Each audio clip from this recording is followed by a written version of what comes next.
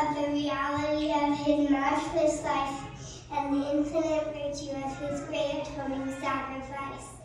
None other has had so profound an influence upon all who have lived and will yet live upon the earth. He was the great Jehovah of the Old Testament, the Messiah of the New. Under the direction of his Father, he was the creator of the earth. All things were made by him, and without him was not anything made that was made. Though sinless, he was baptized to fulfill all righteousness. He went about doing good, yet was despised there.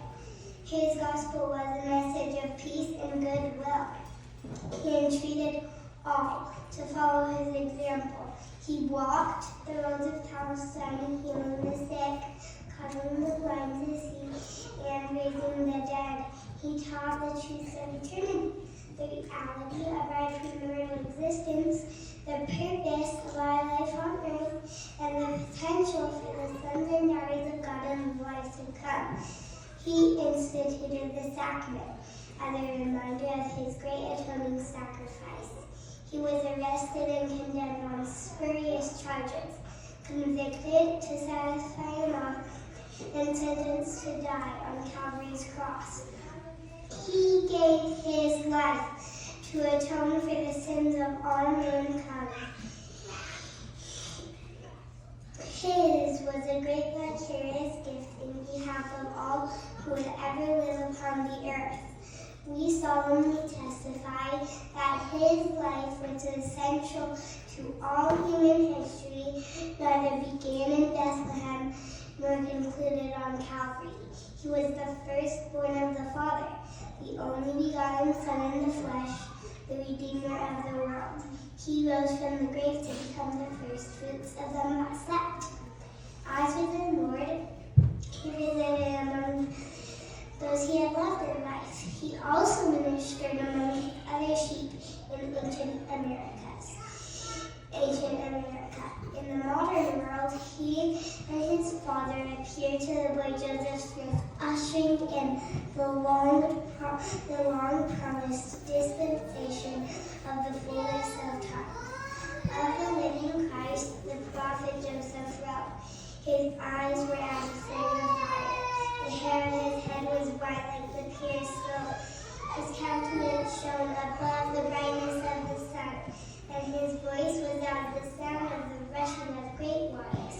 Even the voice of Jehovah sang, I am the first and the last. I am he who liveth. I am he who is slain. I am your advocate with the Father. Of him the prophet also declared, and now after the many testimonies which have been given of him, this is the testimony, last of all, which we give of him, that he lives, for we saw him, even on the right hand of God, and we heard the voice bearing record, that he is the only begotten of the Father, that by him and through him and of him the worlds are and were created, and the inhabitants thereof are begotten sons and daughters unto God.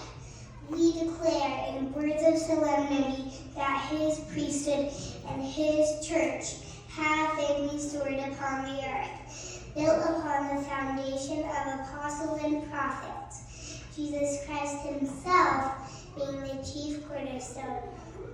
We testify that he will someday return to earth, and the glory of the Lord shall be revealed, and all flesh shall see it together. He will rule as King of kings, and reign as Lord of lords, and every knee shall bend, and every tongue shall speak in worship before him. Each of us will stand to be judged of him, according to our works and the desires of our hearts. We bear testimony as his duly ordained apostles that Jesus is the living Christ, the immortal Son of God. He is the great King Emmanuel who stands today on the right hand of his Father. He is the light, the life, and the hope of the world. His way is the path that leads to happiness in this life and eternal life in the world world to come. God be thanked for the matchless gift of his